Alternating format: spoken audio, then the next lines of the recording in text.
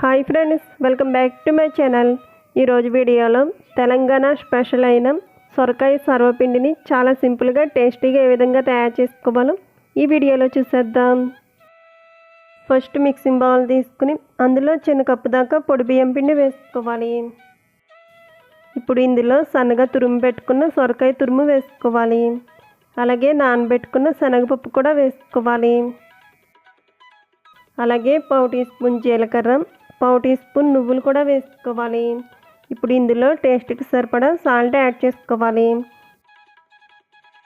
అలాగే సన్నగా కట్ చేసుకున్న పచ్చిమిరపకాయ ముక్కలు, సన్నగా కట్ చేసుకున్న ఉల్లిపాయ ముక్కలు కూడా వేసుకోవాలి. ఇప్పుడు ఇవి అన్నీ కూడా బాగా కలిసేటట్టు కలుపుకోవాలి. ఇలా కలుపుకున్న తర్వాత కలర్ కోసం కొంచెం పసుపు, అలాగే స్పైసీ కోసం కొంచెం కారం వేసుకోవాలి.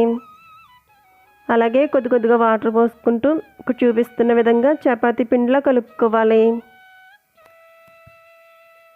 ఇలా బాగా కలిపి పెట్టుకుని సర్వపిండి ముద్దను పక్కన పెట్టుకుని ఇప్పుడు స్టవ్ మీద వెడల్పుగా మందంగా ఉన్న పాన్ పెట్టుకుని అందులో 1/2 స్పూన్ దాకా నూనె పోసుకోవాలి. నూనెను పాన్కి ఇలా స్ప్రెడ్ చేసుకున్న తర్వాత ఇక్కడ చూపిస్తున్న విధంగా ఇలా పంచగా సర్వపిండిని ఒత్తుకోవాలి.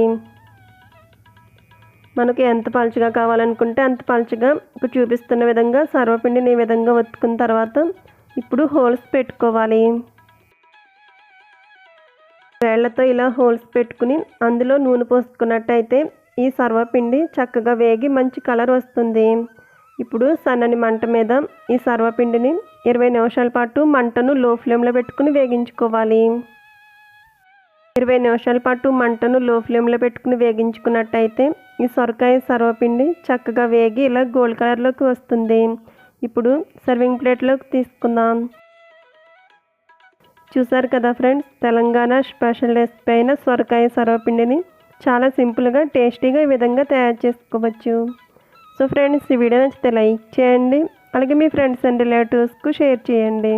Thank you for watching video friends.